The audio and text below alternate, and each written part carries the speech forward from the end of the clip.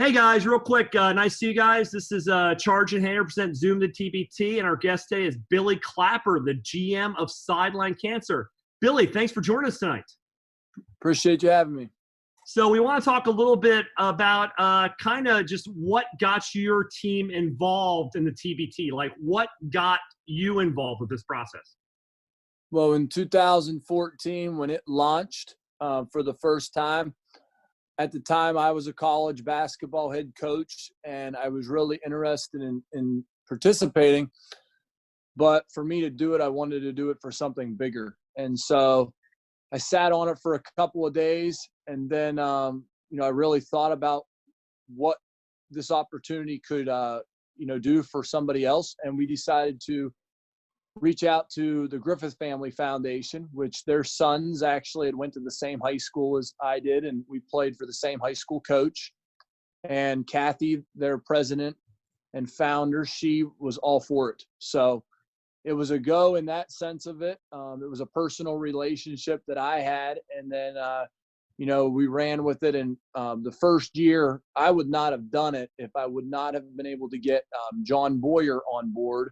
John is a longtime professional player overseas, but he also went to my high school, 5 years younger than me. But he played at the University of Buffalo, was a starting point guard there, led the country in assist to turnover ratio. And he was the first guy that we had, and without him, I would not have done it. So. Right. So what keeps you coming back for more? So you guys are one of 4 TBT originals. So obviously something about the product you really like, playing for a bigger cause with the Griffiths Foundation you really like. So tell us why you keep coming back for more. I think it's just the chance to, do it for something bigger, and each year we've been able to just grow. We've learned a lot. We've had an NBA player play for us. We've had another guy that was an NBA draft pick. We've had guys from big-time colleges, and we've had guys from small colleges. And we finally figured out, really the mixture of what we really want on our team. And it's not so much about where you played, but it's the type of person that you are. The group of guys have guys on primes, and I think that is something really to stand upon. But the other thing is we want to win the thing, and we really do think that we're the Villanova of '85, and that one of these years we're just going to break through. Last year Marquette, they almost won the thing, and I mean we were right there with them in our regional championship. So that could have very easily went the other way, and who knows, we could have been playing Carmen's crew for the championship. So we expect to get there at some point down the road. And then the exposure for the foundation, nobody had ever heard of Sideline Cancer before we played in this thing, and I mean it's grown into, you could argue, one of the most recognizable foundations in the country for pancreatic cancer. And the theme of sports with that has really, been very strong. I mean, look at what happened for ALS a few years ago when they made their run and were on national television. I mean, last year we got to play 3 games on ESPN. And so, I mean, that was not our first trip to the Sweet 16, but that was the first time we actually got to be on TV, and we made the most of the opportunity. Yeah, it's funny you mentioned last year, too, making the most of the opportunity. You guys were a little underseeded at a 6 seed. You guys have been consistently moving up the seed line and then beating in Kansas, number 3 self-made, filled with some KU, some national. I would say, I don't think we beat them. I think we annihilated them. That'd be the word I would use. Whoa, bring the fire today. And then in Wichita, which is an impossible place to play, beating the Aftershocks on their own home floor in one of the hardest regions the TBT's put up. Like, how can you guys take the next step? What does the team, which has already obviously proven itself at a high level, how can you break through that 16-team barrier this year, make the Sweet 8? How can you make the Final Four? I mean, we have our core returning, and that was, the number one. The core is back, and it's in its prime, and so that's huge. And despite as talented as our team was last year, we had a big hole in our lineup, and we knew it. and we had tried to fill that spot with some really good players, and we just weren't able to get, the guy that we wanted in that position. And it showed in that game versus Marquette, so that's, obviously something we are going to change this year, and we're going to, probably, have our core and then add to. And so I think, really 1 to 9, I mean, we're going to be really, really good, considering, everything that goes into that. But it's bigger than just having a big name player. I think one of the strongest things about it is last year they kept saying about how we hadn't practiced and, we didn't have, certain things that, other teams had, but, people didn't realize that Ray Cowles and Remy Abel and Devontae Upson, I mean, they had played an entire season together in Finland. So, I mean, when you have 3 guys that have played an entire professional season together, that's pretty powerful, and we had other guys that had played professionally together, guys that had played together in college, guys that had played against each other. It's more than them just getting together. And every guy on our team last year, we had a personal connection to in one way or another. So every single guy, there was no guy that we just cold called and said, hey, you want to play in TBT? Every single guy was either connected to another player or connected to us one way or another. Right. Yeah, looking forward to 2020 then. Sounds like a couple extra guys coming in, fill the core. The one thing I did want to talk about, we talked about seeding offline a little bit before we went live, and I think Sideline Cancer, one of the most underrated teams of all time. I think the more than winning, which obviously you're going to work your way there, is the exposure for the Griffiths Foundation. But I don't know if a lot of people know that you guys have gone to the round of 16 twice. You've advanced past the first round one other time, and typically take that underdog role. But and as you said, you have guys that may not be household names, but it seems like you guys really embrace that underdog role each year in the TBT. Yeah, we've actually won 4 of the 6 years. We've won our first round game, and then twice we've moved on, with wins to get to the Sweet 16, once in 2015 and then last summer as well. I think it's the mentality of, really the slogan of the foundation is there's 2 things. One, it's I can, that you see, when you have the shirt and, the letters right there, the purple, the I can, and the number 2 is the believe always. And so you want people that, want to do those little things. Even last year when we were down against Marquette in the, Elam ending, they had us beat, and we cut it to 5, and we got one more stop and scored. It's a 1-possession game. They were on their heels, and all we needed them to do was miss one more shot, and now we actually could potentially have beat them. So I think things like that go into that, so much. In the seeding,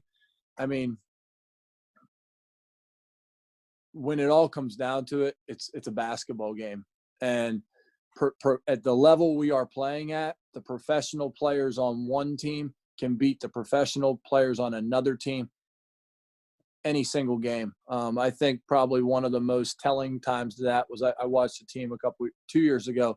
They had 5 former NBA players on their team, and they lost by 20 to a team that didn't have. I think they had 1 former NBA player. So, you want guys that will play together, guys that play unselfishly, and guys that are in their prime.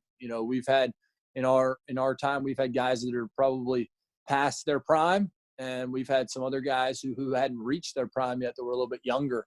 I think it's getting the guys that are, a couple years into their professional career, and have that experience. That makes sense.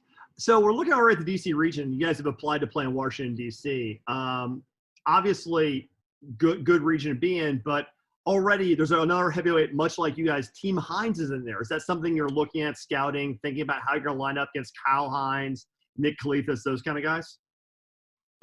Yeah, but we're really not worried about other teams. We're worried about ourselves. And, you guys were the ones that said earlier, Kansas, Wichita State, whoever.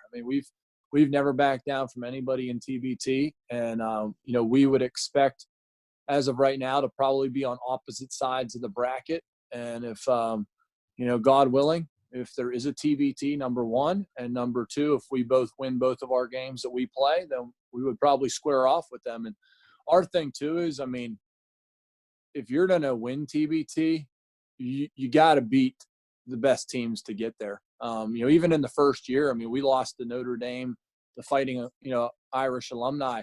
We lost by 8 to them in the second round. I mean, like we could have beat them in the first year of TBT. So, not something that, we're really against. Our biggest thing with going to DC was, one, we wanted to give a chance for our fans to actually come see us play. This will be the closest we've ever been to the foundation in terms of distance. It's about 2.5 hours from Washington, D.C. to central Pennsylvania, where the foundation originates from. So we felt that was really, really important. And then considering everything that's going on with our country right now, we just felt that if TBT is even a go, it's going to be a lot easier for us just to be there. And we felt also that the opportunity to be in our nation's capital, if we get on a roll, the exposure that we could grow there could organically, just really exponentially go quickly. And the media that could pick that up is probably a little bit stronger than some of the other locations. Hate to say it, but I just don't think people are going to draw the story from Jackson, Tennessee. So. As a Memphis guy, that hurts a little, but there's a level of accuracy there probably. Right.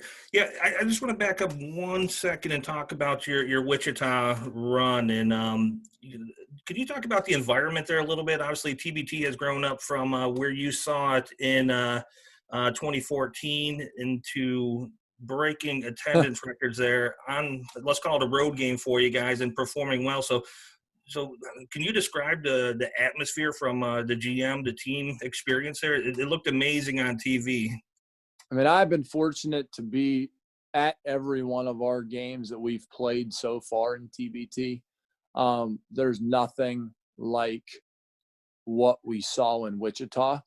Our game against Kansas, the self-made team, there was a solid crowd, and those fans kept coming in as we went, through that game.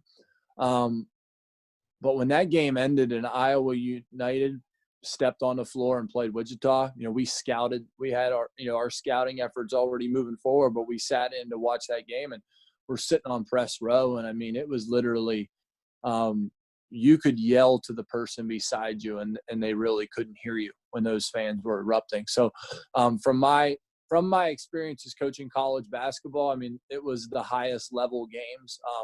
It was as loud as, Assembly Hall in Indiana. I mean, it was that type of atmosphere. It was a real college basketball game atmosphere in those 2 games that Wichita played. And TBT has never seen anything like that before. And I just would hope that, every guy who plays in this could get that experience, to be able to do that.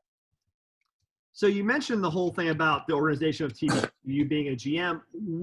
A lot of our people who follow this are kind of fascinated by the process of how teams create and how they become united behind a cause, behind a college, behind whatever.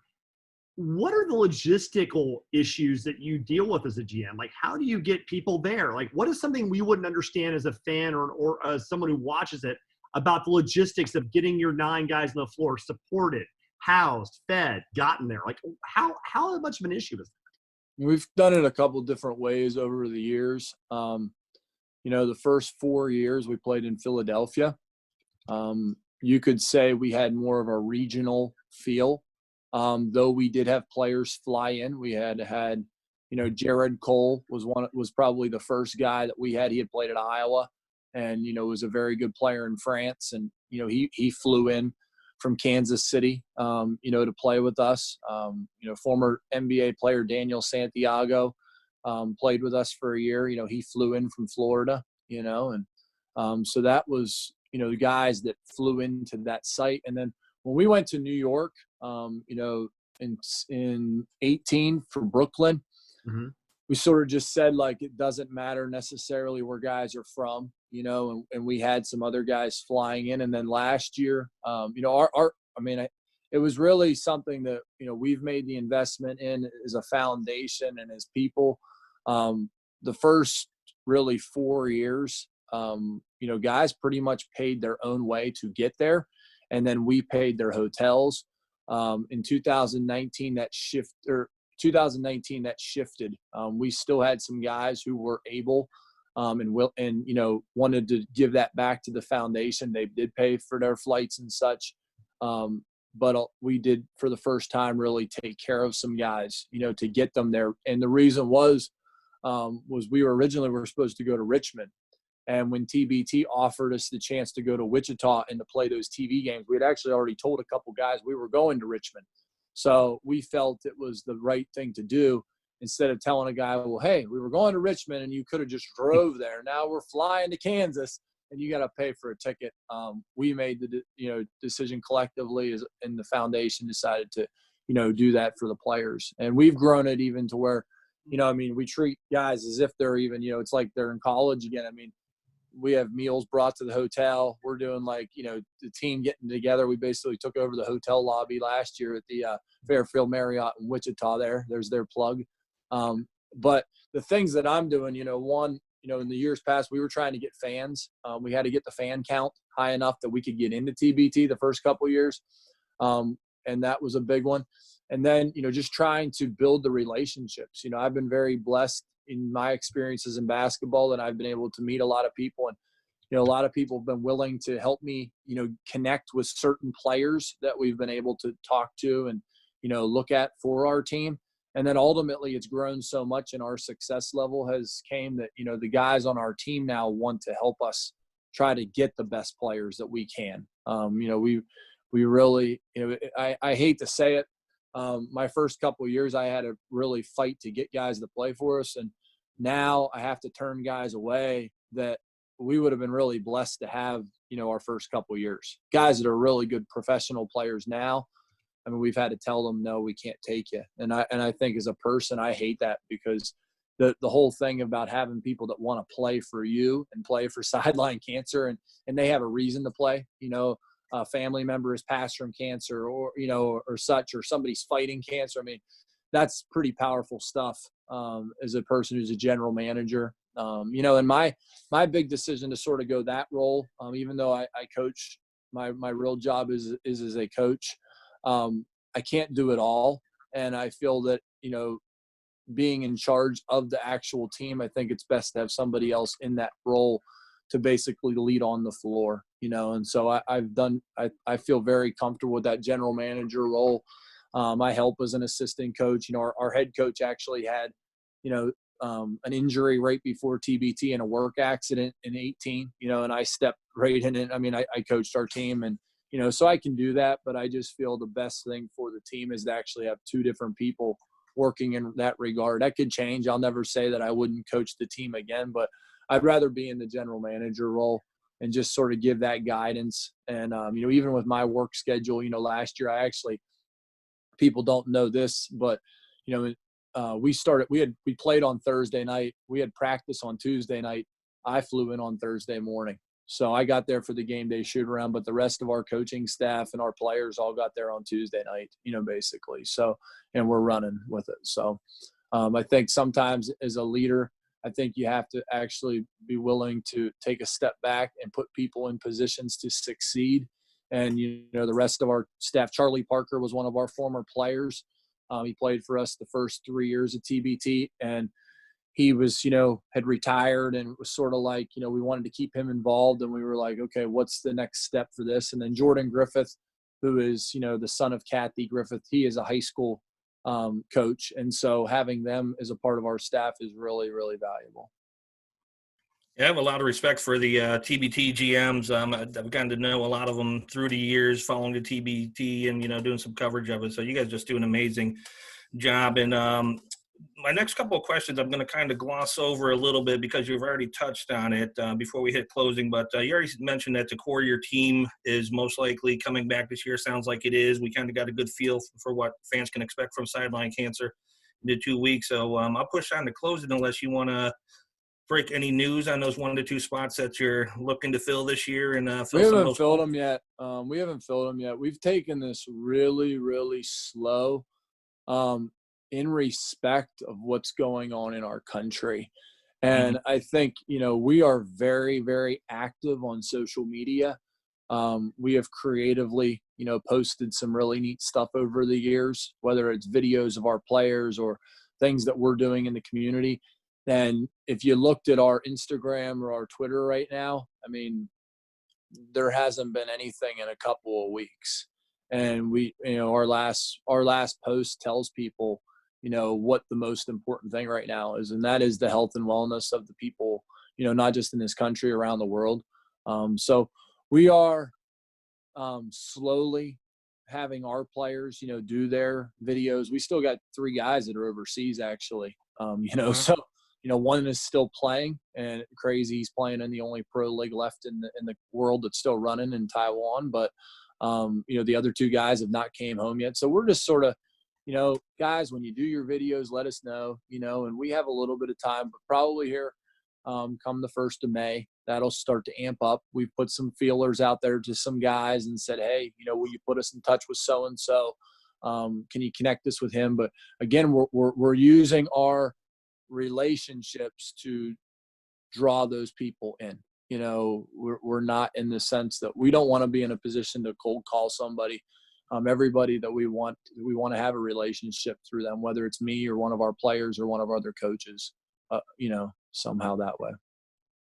That seems like a good place to end. I know you got a lot to do tonight, and we really appreciate your time, Billy. No, let's just be honest. The last dance is on tonight, folks. Yeah, so this is a Zoom cast. What's going to happen is it's going to be played after. So this was recorded right before the last dance, which you all want to watch as basketball fiends. So Charge and Hannah, we're signing off. Billy, thanks for being with us today. Charge?